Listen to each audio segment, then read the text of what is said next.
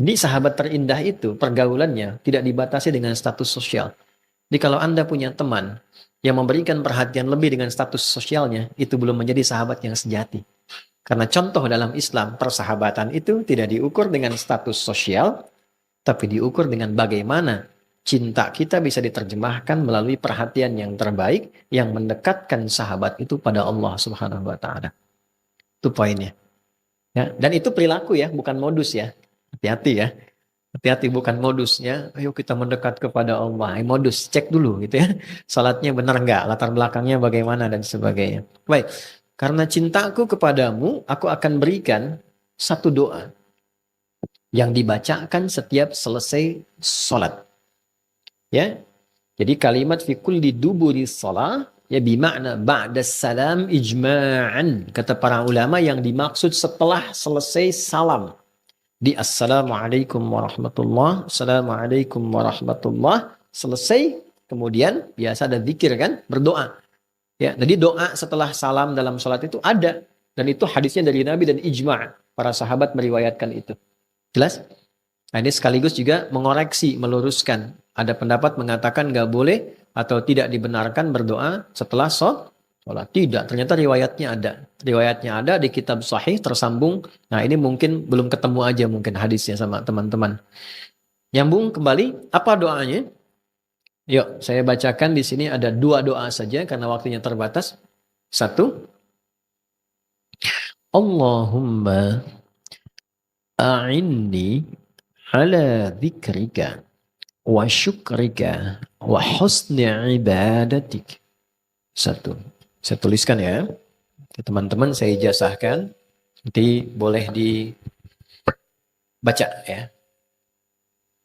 Ijazah yang ini tidak usah diverifikasi. Langsung saya bacakan, Anda ikuti ya. Ada hadis Nabi ini langsung. Bismillah. Allahumma a'inni. Bismillah. A'inni ala dzikrika wa syukrika wa husni ibadatik. Lihatnya campur-campur aja ya. Allahumma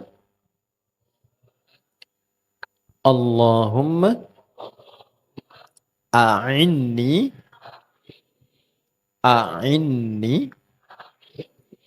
ala dzikrika wa syukrika. Ini sin besar ya, tanda ke bawah ini di khat ruqah itu sin besar. Wa syukrika. Ya. Wa husni ibadatik. Baik ya. 1, 2, 3. Jadi minta 3 hal setelah sholat. Oke, pelan-pelan.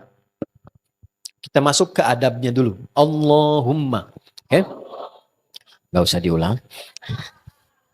Oke. Apa artinya? Allahumma.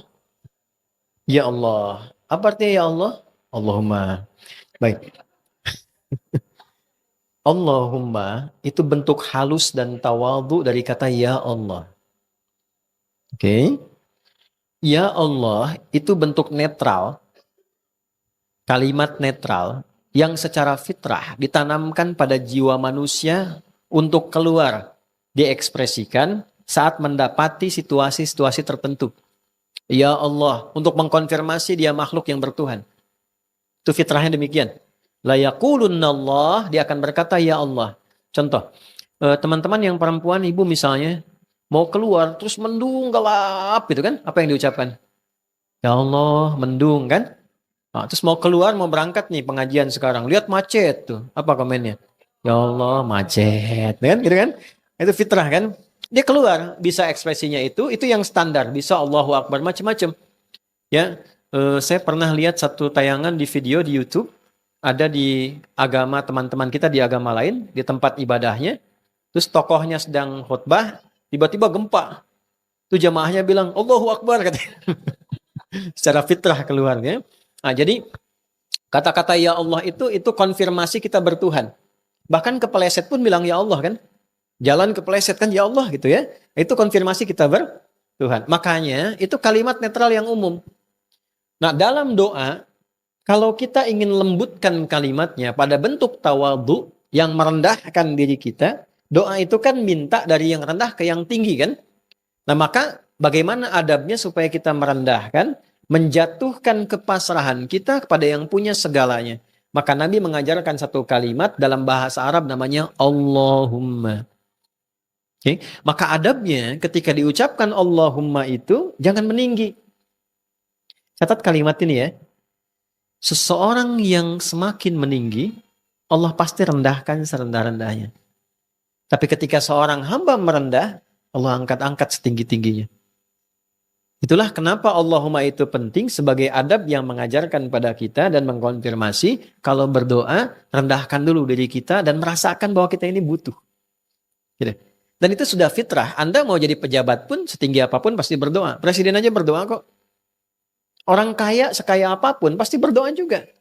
Minimal doa supaya kekayaannya bisa terjaga gitu kan. Yang butuh juga kan. Orang berilmu sepintar-pintarnya berdoa juga. Artinya mengkonfirmasi dia butuh. Nah, jangan dibawa status sosial itu. Tuh. Anda kalau mau kerja, ya public figure ataupun siapapun, ya apapun aktivitasnya pasti kan doa dulu kan. Nah, doa itu jangan terlalu tinggi. Ya Allah, aku mohon ya, mudahkan urusanku hari ini.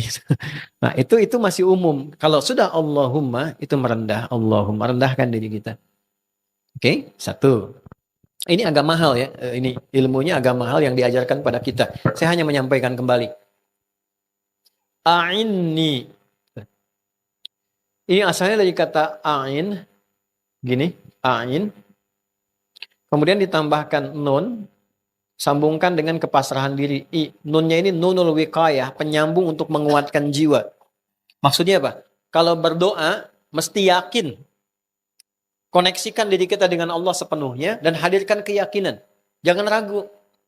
Bagaimanapun jawaban Allah, terserah Allah. Yang penting saat minta mesti yakin. Itu dulu poinnya. Ya, satu, ada sifat rendah. Merendahkan diri kita. Merendah diri itu hanya pada Allah ya. Kalau pada makhluk rendah hati. Rendah diri itu hanya pada siapa?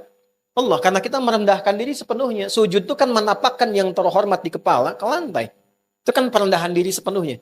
Rendah diri di kalangan manusia tidak boleh. Karena itu lambang dari pesimis untuk manusia. Tapi rendah diri di hadapan Allah itu kehormatan. Iblis itu menjadi iblis ketika tidak merendahkan dirinya.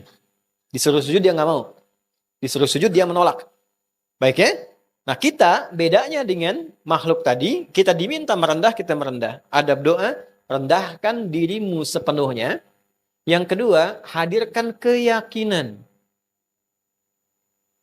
sepenuhnya dan koneksikan, sambungkan diri kita sekhusyuknya. Minta dengan khusyuk, yakin punya Allah, sampai merasa punya Allah. Di berdoa itu jangan cuma di sini, maaf. Jangan cuma di lisan. Sambungkan kalimat doa itu sampai terasa pada jiwa, sampai ke sini.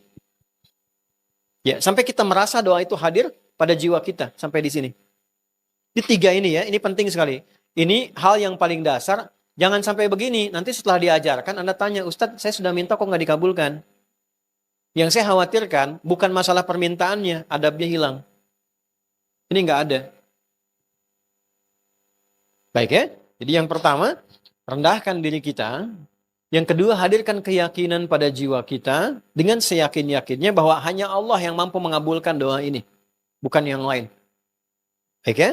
Yang ketiga, koneksikan diri kita sepenuhnya dengan Allah.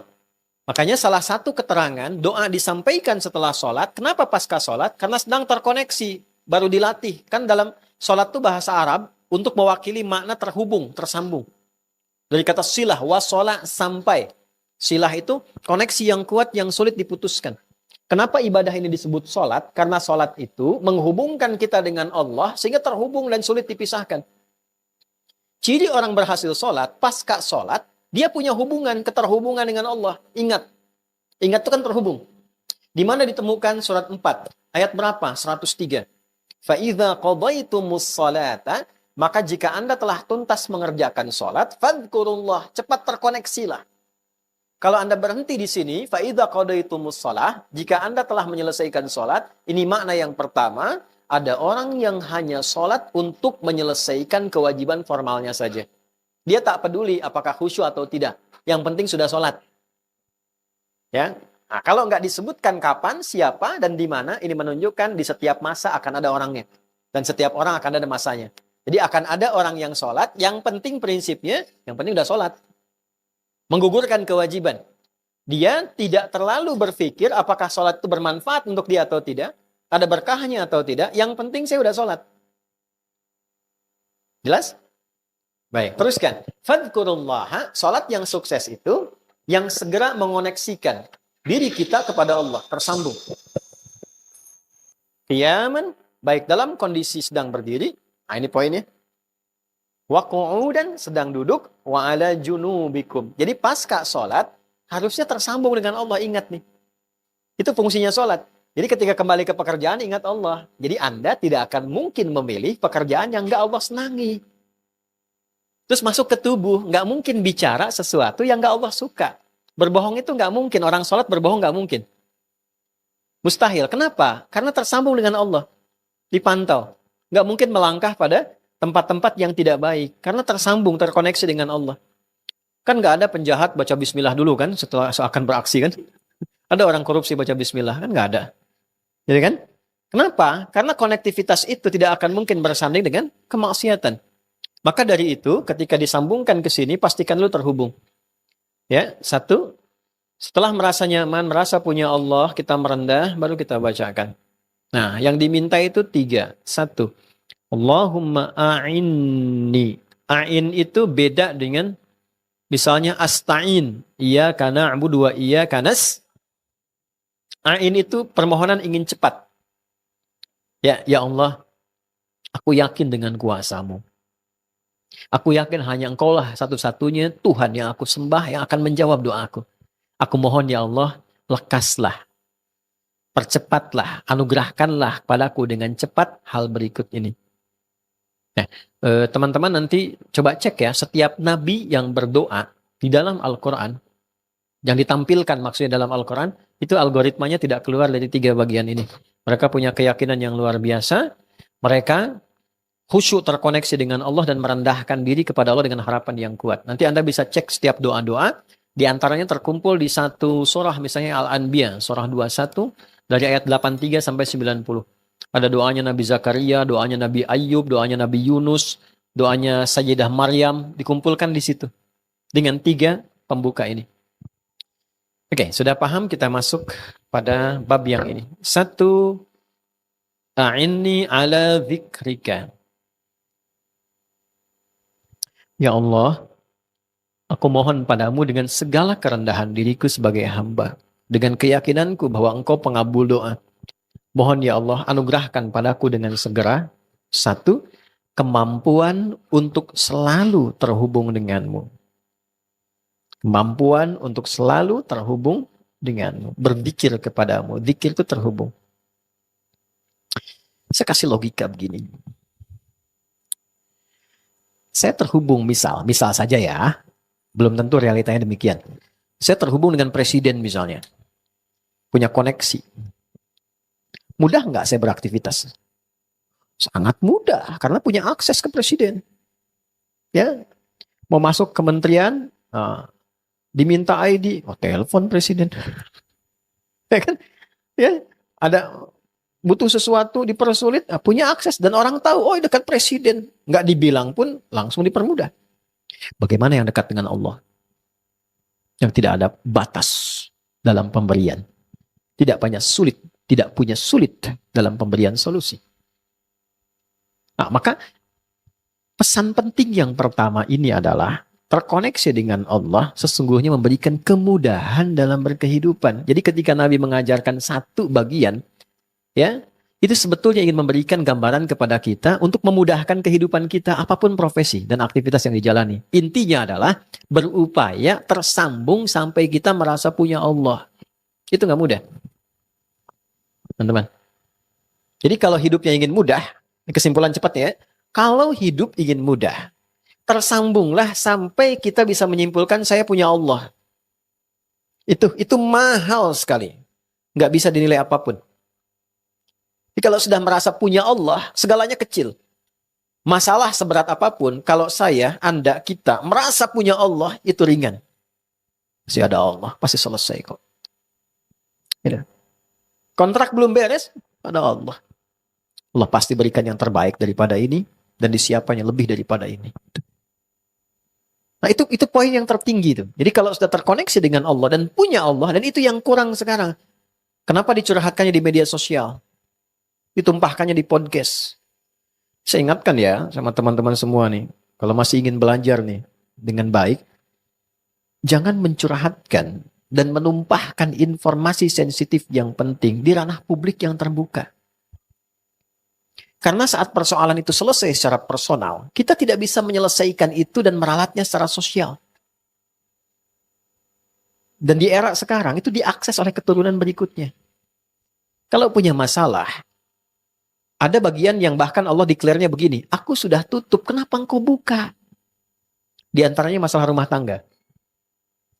Jadi kalau ada masalah rumah tangga, terjadi malam, kata Nabi, jangan diungkit keluar. Kalau kita bisa tutup tuh, sampai siang, sampai kiamat pun Allah tutup. Kalau punya masalah siang, jangan terbuka malam. Artinya sehari itu pun tahan. Kalaupun perlu curhat, Allah tahu itu. Sangat tahu. Ada dua jenis curhatnya. Langsung curhatkan pada Allah. Itu Quran surah ke-12 ayat 86 misalnya. Nabi Yakub pernah dengar kan? Masalah rumah tangganya kan kompleks sekali tuh. Ya, sampai beliau nangisnya sampai matanya buta, Anda bayangkan. Ya, saya gambarkan gini ya Bu, teman-teman. Kebayang nggak seorang figur di rumah tangga yang menyimpan beban yang sangat berat, nangis sampai nangisin itu matanya buta? Udah sampai ke level itu belum? Ya kan? Kan nangis itu ada yang keluar ekspresinya, suaranya, wah itu anak-anak disebut buka namanya. Baka yabki bukaan. Buka itu nangis dengan ekspresif. Ada yang nangis, dipendam dalam hati, tapi air matanya keluar. Itu huzan namanya. Hazina yahzanu la tahzan. Dipendam, tapi air mata keluar. Ada buku namanya La Tahzan. Jangan banyak memendam kesedihan sepanjang kau merasa punya Allah. Tapi caranya bagaimana gitu kan? Ada yang dipendam, air mata nggak keluar, tapi sakit. Itu bathun namanya. Bathun. Ya, kata Nabi Yakub, innama ashku bathi wa huzni ilallah. Aku tuh kalau punya masalah berat yang terpendam di jiwa, atau air mataku sampai mengalir walaupun tak ada ekspresi pada wajahku, aku hanya curhatkan pada Allah. Aku hanya percaya Allah. Aku punya Allah. Dan itu yang terjadi di semua orang-orang soleh. Jadi kalau ada persoalan, langsung. Nah, jangan buka keluar. Atau yang kedua, diberi jalan oleh Allah untuk mencari solusi dengan penjelasan yang membuat kita mengerti dan mengambil langkah yang benar. Itu pun terbatas. Ada di Quran surat 4 di ayat 35. Wa in khiftum shiqaqa bainihima fab'athu hakaman min ahlihi wa hakaman min ahliha iyurida islahan yuwaffiqillahu bainahuma. Paham? Tidak. Jika Anda punya persoalan serius di rumah yang berpotensi memecah Anda, maka carilah orang bijak dari keluarga yang bisa mewakili dua keluarga. Cari orang bijak cerita. Sehingga bebannya nggak sendirian. Makanya kalau nanti jadi wali nikah, itu jangan sembarangan. Karena di antara fungsinya memberi masukan saat ada persoalan. Bukan hanya mendampingi, ya. Jadi saksi sah nikahnya atau kemudian menikahkan. Tapi ada fungsi perlindungan di dalamnya. Yang kedua, cari sosok-sosok yang memang memberi solusi. Kiai yang saleh misalnya, ustadz yang benar, yang bisa menjaga informasi, tapi juga terukur pengetahuannya banyak dan bijak. Ada yang banyak tapi nggak bijak. Ada yang bijak tapi nggak banyak. Awas hati-hati ya. Hati-hati nih. Nah, kalau sudah ada seperti itu, bicara, minta solusi. Nah, jangan dibuka ke publik. Ketika dibuka, itu Allah soal. Aku sudah tutup, kenapa engkau buka? Tuh, ada di ayat 34-nya tuh. Fasalihatu. Cuman menariknya itu pada perempuan. Penekanannya. Walaupun sama-sama laki-laki juga dapat. Kan An-Nisa itu perempuan-perempuan kan? Bukan laki-laki kan? Tapi laki-laki punya kewajiban itu. Saya cari rahasianya apa? Ternyata ada dua. Satu, fitrahnya ketika perempuan menyatu dengan laki-laki sebagai suami istri, keadaan suami akan terbawa oleh istri, termasuk jabatan ataupun status sosial yang melekat pada suami. Tidak sebaliknya. Contoh, suami menjadi bupati diangkat, maka otomatis istrinya menjadi ibu bupati. Suaminya camat, istrinya ibu camat. Padahal yang camat siapa? Suami. Kalau ada ibunya istri yang jadi bupati, nggak akan ada bapak bupati. Suaminya. Demikian di militer juga. Suaminya kolonel, ibunya bisa jenderal. Balik kan? Sama, ya. Dapat jabatannya, pangkatnya itu akan hadir. Nah, persoalannya apa? Ketika itu melekat, apapun yang dikerjakan oleh istri, suami akan terbawa. Tidak sebaliknya.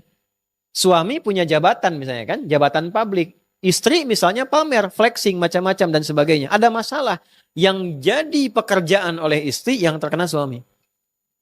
Ikut. Termasuk dalam obrolan. Kenapa di surat An-Nisa? Karena seakar dengan nasa. Nasa itu adalah keadaan yang kadang memiliki keinginan untuk diceritakan. Maksudnya perempuan sependiam apapun kalau ketemu teman itu suka cerita. Saya nggak bilang curhat ya. Cerita. Nah, yang diceritakan terkadang tidak terseleksi. Yang seharusnya tidak boleh terbuka keluar. Contohnya apa? Fasalihatu qanitatun hafidhatul lil ghaibi bima hafidhallah. Dia tidak seharusnya menceritakan hal sensitif di dalam rumah tangganya yang dialami dengan pasangannya yang sejatinya sudah Allah tutup. Jangan buka ke publik dulu, cari solusi. Begini solusinya. Ini terbatasnya sehingga selesai di situ. Nah, sekarang yang terjadi kadang-kadang diungkap. Medianya muncul, judulnya pengajian, tapi diskusinya panjang. Ukhti tuh mulainya. Apa kabar? Sehat. Anak-anak gimana? Baik. Suami gimana? Situ masalahnya ya. Nah, bikin status. Sekarang ke podcast. YouTube direkam. Pernah nggak menyadari kalau satu saat anaknya tumbuh dewasa lihat itu? Cucunya lihat rekamannya ada. Terus di sekolah kemudian diceritain sama teman-temannya. Oh itu kamu ya yang ibunya begini ya. Oh itu kamu yang ayahnya begini ya. Kebayang nggak? Nah itu yang tolong biasakan dijaga ya. Kalau yang punya podcast kan seneng aja. Viewernya banyak. Dan sebagainya. Tapi kalau Anda misalnya, maaf, membawa suasana acara demikian akan berbalik. Anda yang akan diuji. Dengan peristiwa itu. Jadi kalau memfasilitasi hal yang terlarang kemudian hadir, satu saat Anda yang teruji dengan situasi itu. Dan tidak siap untuk menjalaninya. Itu bagian awal ya, yang mungkin penting saya tekankan. Balik lagi ke sini. Jadi kalau sudah merasa punya Allah, terhubung, itu kemudahan yang kita dapatkan. Nah turunannya, bagaimana kemudian kita bisa meniti jalan untuk mendapatkan kemudahan berzikir ini. Jalannya seperti apa? Kan kita minta ya Allah, anugerahkan aku pertolonganmu dengan segala kekuatan dan pengabulan doa yang cepat darimu, agar aku selalu mampu terkoneksi kepadamu, terhubung denganmu. Zikir. Apa tandanya orang sudah bisa terhubung dengan Allah? Cirinya bagaimana? Nah, jalannya bagaimana? Hah? Karena kan banyak orang yang tiba-tiba ke pohon, orang ke laut, gitu. Macam-macam. Kan mesti ada jalannya kan? Kalau nggak diterangkan nanti orang bebas kan? Dan merasa punya kesimpulan terhubung dengan Allah. Itu yang dijelaskan Mbah Hashim. Mbah Hashim itu Hadratus Syekh Kiai Haji Muhammad Hashim bin Asy'ari itu punya kitab 17. Di kitab yang kedua ada namanya Risalah Ahlus Sunnah wal Jamaah. Kayak di halaman yang 10 sampai ke 11, paling kiri sebelah bawah tuh di pojoknya, beliau pernah menyampaikan informasi begini. Ada orang yang kreatif kemudian menghadirkan metodologi zikir sampai menyimpulkan dia terhubung dengan Allah. Wasafa qalbuhu, dan merata hatinya sudah bersih. Karena sudah terhubung, sudah nyambung, menariknya dia nggak sholat lagi. Ya, jadi kalau ditanya, oh Anda kok nggak sholat? Kan sudah adzan. Fisik saya di sini, roh saya sedang sholat. Nah ya, baik. Itu oleh beliau disimpulkan konslet. Ya. Sedang ada masalah itu bid'ah kata beliau, dan itu menyesatkan, ya. Nah, itu terjadi. Oleh karena itu perlu diberi jalan, kan? Diberi ruang, ada tempatnya, ada jalannya supaya benar caranya. Maka dikeluarkanlah, ditampilkan dalam Al-Qur'an, karena kita minta sama Allah, ditampilkanlah oleh Allah jenis-jenis zikir yang menjadikan kita tersambung kepada Allah. Nah, saya sampaikan di sini barangkali 3 saja supaya cepat. 1. Sabar ya ngajinya ya. 1, namanya kalimat thayyibah. Ya, zikir yang algoritmanya itu kalimat thayyibah.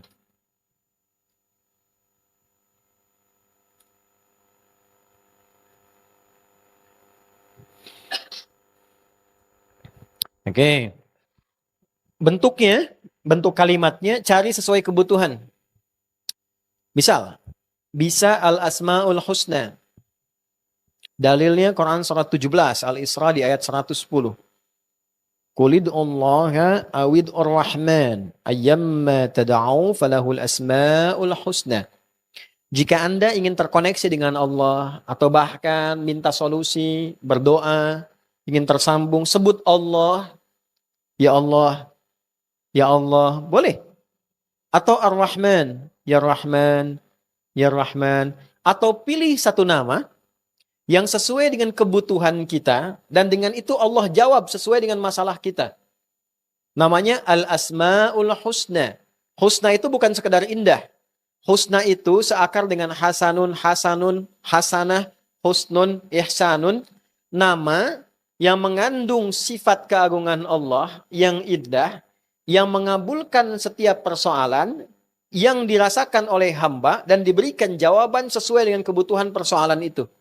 Contoh, misal kita butuh saat bekerja dimudahkan rezeki, sebut ya Razzaq. Ya Allah, ya Razzaq. Jelas? Misal, sedang belajar anak-anak, ingin ditambahkan pengetahuan yang kuat, sebut ya Allah, ya Alim, pemilik pengetahuan. Misal, sedang ada persoalan yang tak mudah, kita minta solusi, dibukakan kemudahan, kelancaran, kesulitan dihilangkan. Al-Fattah. Ya Allah, ya Fattah. Misal, ingin mendapatkan kelapangan hati sehingga setiap persoalan bisa diterima dengan lapang, dengan tenang. As-Sabr. Ya Allah, ya Sabr. Sedang punya masalah, pengen sabar, sebutkan ya Allah, ya Sabr. Ya Allah, ya Sabr. Nah, disebutkan bukan hanya di lisan, karena zikir. Zikir itu kan tersambung. Lisan itu pengucapan yang diungkapkan untuk membantu supaya hati tersambung. Sebutkan sekali, 2 kali, 3 kali, sampai hati merasa nyambung. Makanya Nabi kasih latihan 33 kali, sampai nyambung. Masa disebutkan 33 kali nggak ingat juga? Ikuti, kerupuk. Ikuti, kerupuk. Kerupuk. Kerupuk. Kerupuk. Kerupuk. Ulangi. Ingat nggak kerupuk?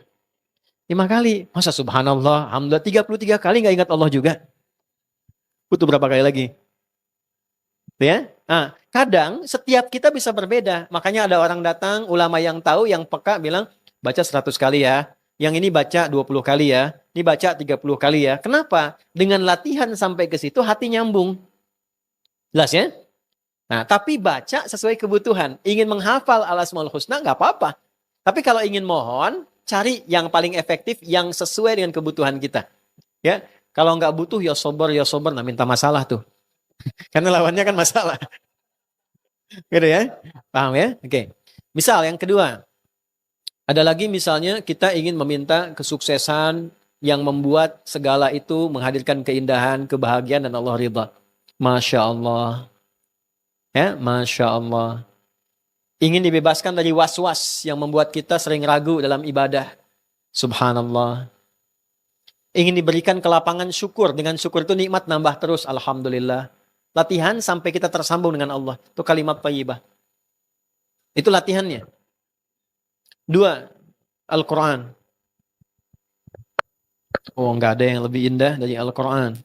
Insya Allah. Al-Quran itu dahsyatnya. Jangankan kita baca. Dengar orang baca, sudah ingat Allah kita. Coba buka Murattal tuh. Syekh Sudes baca Quran. Masyadir Rasid baca Quran. Syekh Surem baca Quran, dibaca langsung menghujam ke hati kan? Langsung ingat tuh. Tiba-tiba ada yang nangis, ada yang tenang, baru dibacain. Itulah indahnya Quran. Apalagi baca sendiri. Apalagi sedang punya masalah, ambil wudhu, bawa mushaf, buka. Dahsyatnya, kadang baru buka, itu ayat yang terbuka sesuai dengan apa yang kita alami. Kadang-kadang demikian. Baca. Kalau tahu kemuliaan ayatnya, baca ayat-ayat yang sesuai dengan kebutuhan kita. Misal, sedang punya masalah yang kompleks, yang orang kadang juga meragukan itu, kadang mencela kita, kadang membuat kita pesimis, keluarkan ad-duha dengan al-insyirah. Sedang ada masalah di rumah, pergaulan, belum kompak dengan kakak, dengan adik, dan sebagainya, keluarkan surat Yusuf. Ya, misal ada persoalan di pekerjaan dan sebagainya, ingin dimudahkan, baca surat Al-Waqi'ah. Keluarkan. Kalau belum tahu, beli buku-buku yang terkait dengan itu. Kan sudah banyak sekarang bahasa Indonesianya. Baca dulu, sedang gundah, sedang apapun, ingin terkoneksi dengan Allah, ini. Kalau tak tahu, Al-Fatihah. Ya, betul, Al-Fatihah. Karena itu ringkas intisari Al-Quran di Al-Fatihah. Bacakan sampai kita merasakan bahwa jiwa kita sekarang tersambung dengan Allah. Kita punya Allah, maksudnya itu. Saya punya Allah. Bacakan itu. Ya, jelas ya? Itu Quran. Upayakan Al-Quran. Nggak ada yang paling indah bacaan itu selain Al-Quran. Kalau nggak percaya silahkan ya. Anak-anak, teman-teman, anak-anak kita semua boleh diajarin Quran tuh. Terus misalnya teman-teman pulang dari kantor ya. Atau dari pekerjaan tuh. Kena macet, pusing apa. Tiba-tiba lihat anak atau cucu. Usia 3 tahun, 4 tahun. Dia sedang mengulang-ulang. Walaupun ayat itu biasa. Qul huwallahu ahad. Itu hilang semua penatnya. Yang ada cuma pengen meluk. Gitu ya. Gitu. Itu luar biasa. Pernah nggak ngantar ke sekolah baca Quran sama-sama? Barengan. Ya sebentar ya. Gitu ya. 5 menit ya. Pernah nggak gitu ya? Coba barengan baca Quran. Sampai terkoneksi. Oke, yang terakhir, yang ketiga pada bagian pertama ini, sholat. Dan saya akhiri di sini, nanti penjelasan setelah penjelasan, karena sudah ada panggilannya. Sholat.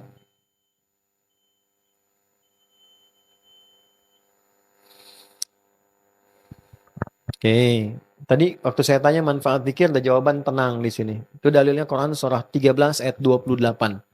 Ala bidzikrillahi tatma'innul qulub. Yakinkan pada hatimu yang paling dalam. Ala itu bukan sekedar huruf ikhbar. Huruf pemberi informasi, tapi huruf taukid. Sering diartikan begini, ketahuilah. Oke? Kabarkanlah, tidak. Makna dalamnya, tanamkan pada hatimu yang paling dalam. Dengan engkau terkoneksi pada Allah secara baik, hatimu pasti tenang. Nah, jadi kalau ingin tenang, sedang gelisah, pengen tenang, pilih 1 dari 3. Kenapa sholat itu dipaksa oleh Allah untuk dikerjakan oleh kita? Allah nggak butuh dengan sholat kita.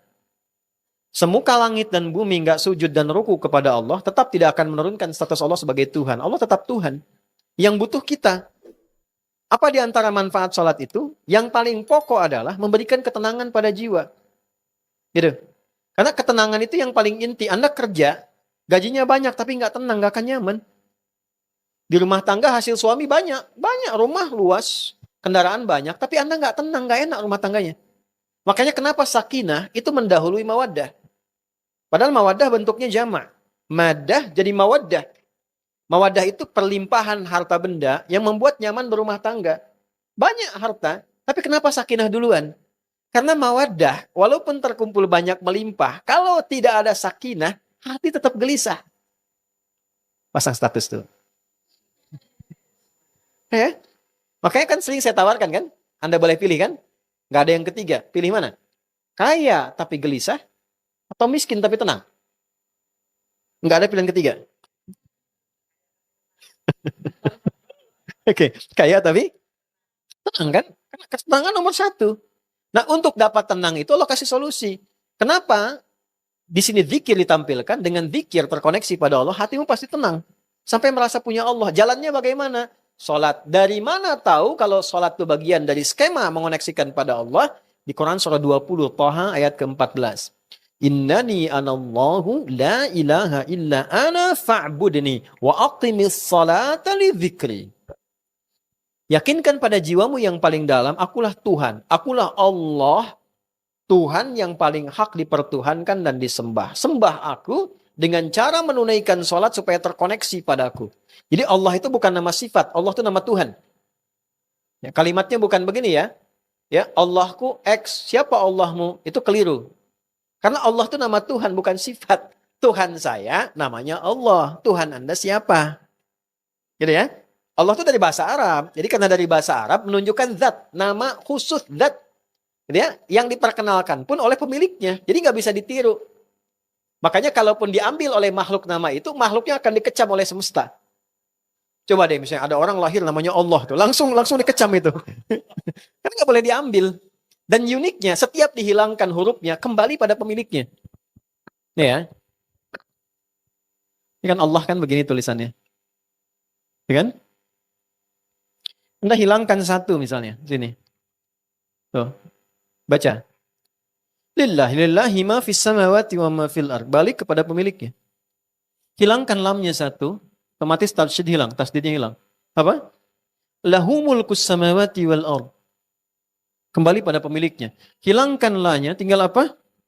Hu. Hu itu singkatan dari huwa. Lahu kan hu-nya huwa. Yang tahu bahasa Arab tuh tahu ini. Huwa. Huwa kalau berhenti di sini, wa-nya nggak dibaca, u-nya yang dibaca. Allahu la ilaha illa huwal hayyul qayyum. Berhenti di huwa. Allahu la ilaha illa hu. Hu. Siapa huwa ini? Larinya kemana? Allah. Tahu dari mana huwa ke Allah? Baca kul huwa Allah. Kul huwa Allah. Kul katakan huwa, disebut huwa Tuhan itu Allah. Wahad. Hapus semuanya. Ini bukan ilmu takatik ya, ini ada ilmunya di bahasa nih. Hapus. Ada nggak? Nggak kelihatan kan? Kelihatan tuh ghaib namanya. Nggak kelihatan, kita masih yakin turun ayatnya. Alladzina yu'minuna bil ghaib. Siapa ghaib di situ? Allah. Walillahi ghaibus samawati wal ard. Itu Tuhan. Jadi nggak bisa di copy paste. Ya kan? Anda sebutkan nama siapa aja. Sebutkan. Adi misalnya. Hilangkan satu hurufnya. Tuh. Angkatan darat. Hilang.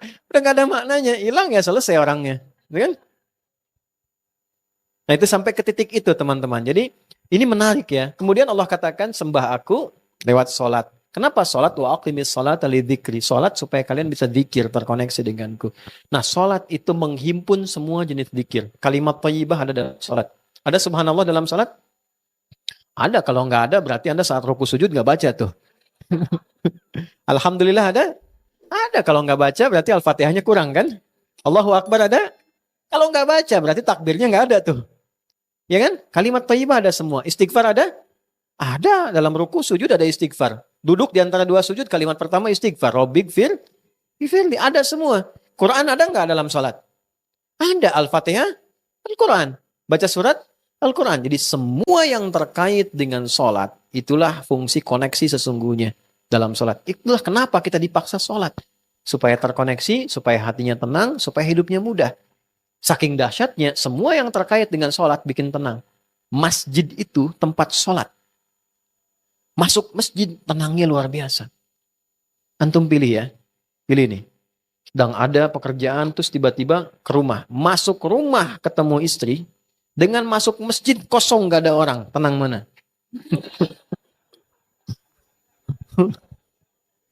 Istrinya di masjid. Tapi lain kan, masuk masjid lain kan?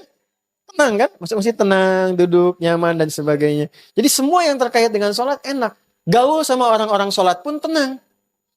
Jadi bergaulah dengan orang-orang yang biasa sholat, itu tenang hati Anda. Tenang. Demi Allah saya katakan tenang. Oleh karena itu, coba hadirkan sholat di rumah. Semuanya sholat bareng-bareng. Suami jadi imam, istri, anak-anak bareng ikut semua gitu kan. Dengan keluarga, itu rasanya akan beda. Auranya akan lain. Satu doa yang langsung diajarkan oleh Nabi dengan nafas cinta kepada sahabat beliau Mu'adz bin Jabal. Yang doa itu terdokumentasikan sampai kita bisa akses kekinian dan menjadi petunjuk terbaik untuk kehidupan. Allahumma a'inni ala dzikrika wa syukrika wa husni ibadatik. Baik, bagian pertama sudah kita ulas. Sekarang kita masuk pada bagian yang kedua. Wa syukrika. Apa itu syukur? Apa itu syukur? Sering kita dengar syukur, syukur. Apa artinya kurang lebih? Terima kasih. Baik, syukur itu ungkapan untuk menghadirkan rasa terima kasih kepada Allah atas nikmat yang telah diterima dengan cara menggunakan nikmat itu sesuai peruntukan yang Allah inginkan.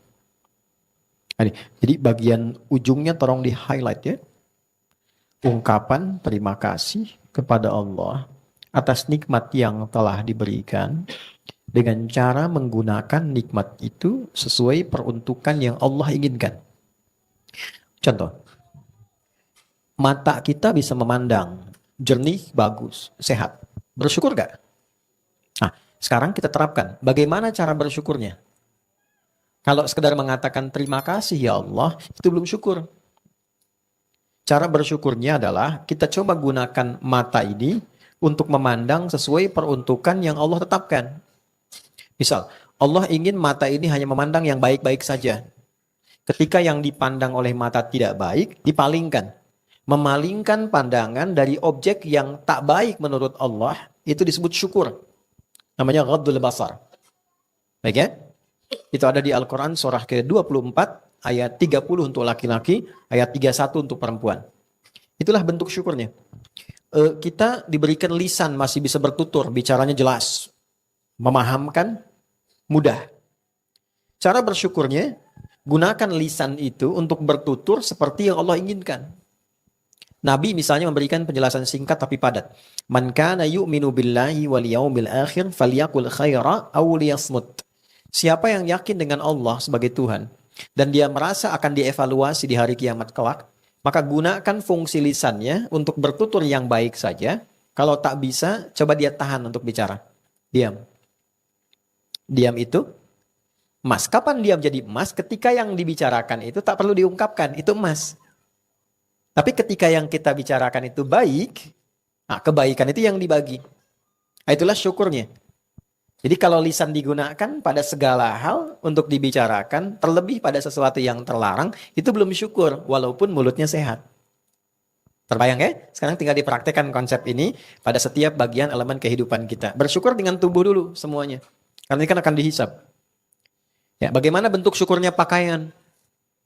Nah, ketika pakaian itu diperoleh dengan cara yang baik dan digunakan sesuai peruntukannya. Menutup aurat misalnya. Auratnya tertutup, tapi ada yang diperlihatkan untuk sekedar terlihat. Bagus menutup, tapi modelnya sengaja hanya untuk dilihat oleh orang yang bukan haknya ada di situ. Itu pun masalah. Kendaraan, saya lihat tadi waktu mau datang kendaraannya banyak teman-teman. Gimana wujud syukur kendaraannya? Nah, digunakan pada yang Allah inginkan. Segala yang baik-baik. Makanya kita naik kendaraan kan ada doanya kan? Masih ingat gak? Bismillahirrahmanirrahim. Pemursaha. Karena Allah, kendaraan ini bergerak. Karena Allah lah. Ya, bergeraknya kemana? Kepada yang Allah kehendaki. Pada tempat yang baik-baik. Bekerja di tempat yang baik. Ke tempat ibadah. Nengok orang tua. Nengok mertua. Ketemu dengan kerabat. Niatkan sebagai ibadah. Terus kita doakan yang indahnya. Subhanalladzi sakhkhara lana hadza wa ma kunna lahu muqrinin. Wa inna ila rabbina lamunqalibun. Kita semua akan pulang pada Allah. Termasuk kendaraan ini akan dihisab. Ya. Nah jadi kalau kita menempatkan segala hal seperti yang Allah pengen, mengikutkan keinginan kita pada keinginan Allah. Itulah syukur. Nah sekarang pertanyaannya, apakah semua nikmat yang Allah titipkan sudah kita syukuri? Itu tidak mudah. Nafas itu kan nikmat kan? Nah, nafas yang kita kemudian konsumsi, kita dapatkan, sudah diarahkan pada yang Allah ridhoi belum? Itu tidak mudah, butuh motivasi, butuh pertolongan, butuh bantuan. Itu yang menjadikan Nabi kuat dengan rasa cinta dan nafas rahmatnya, beliau menyampaikan pada Muadz, ya, coba baca doa ini, minta tolong sama Allah supaya diberi kekuatan untuk bersyukur.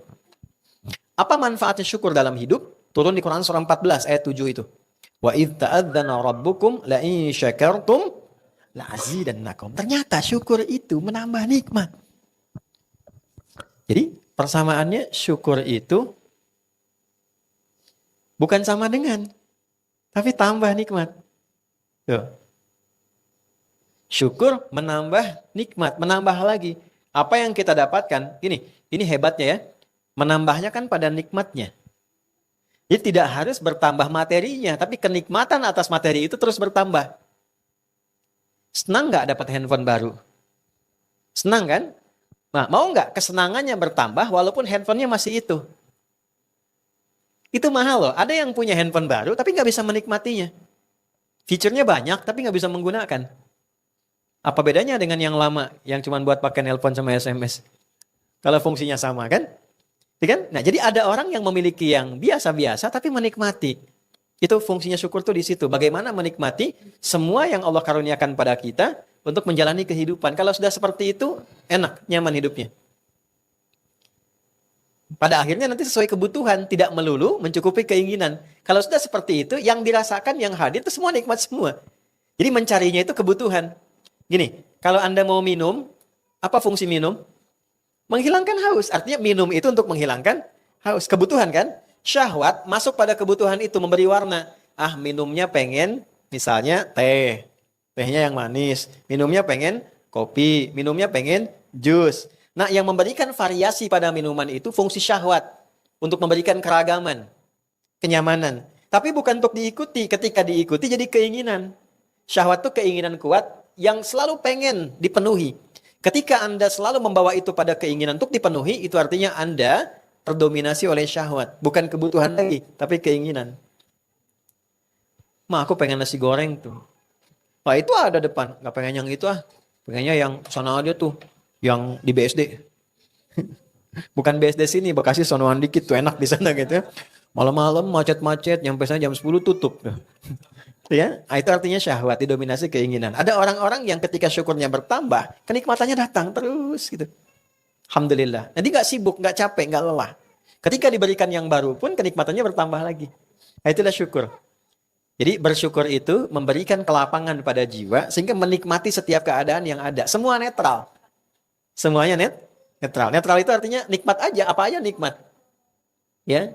Makan pakai sambal, nikmat. Pakai ayam, apalagi gitu kan. Nah, dan yang lainnya. Demikian, ini yang kedua. Nah, jadi diupayakan setiap selesai sholat minta pada bagian yang kedua itu. Kadang-kadang kita menuntut sesuatu yang baru, yang lama belum dipakai ibadah. Coba pulang ke rumah ya, teman-teman buka koleksi lemari pakaiannya tuh. Ada yang belum pernah dipakai sholat nggak? Kan bisa. Kendaraannya pernah dipakai ngantar ke masjid nggak? Untuk menunaikan sholat. Kajian, alhamdulillah. Ke tempat kerja iya, ke tempat syuting iya. Dengan sepedaannya tuh yang pernah dipakai kemana-mana sampai keluar. Pernah nggak dipakai ngantar ke tempat sholat? Sekali aja selama hidup supaya hisabnya ringan. Pernah dipakai sholat loh gitu. Ya, tempat kajian dan sebagainya. Jelas ya? Nah ini hal yang tidak mudah. Nanti kalau makin banyak bersyukur, makin nikmat. Biasanya syukur itu memudahkan kita pulang.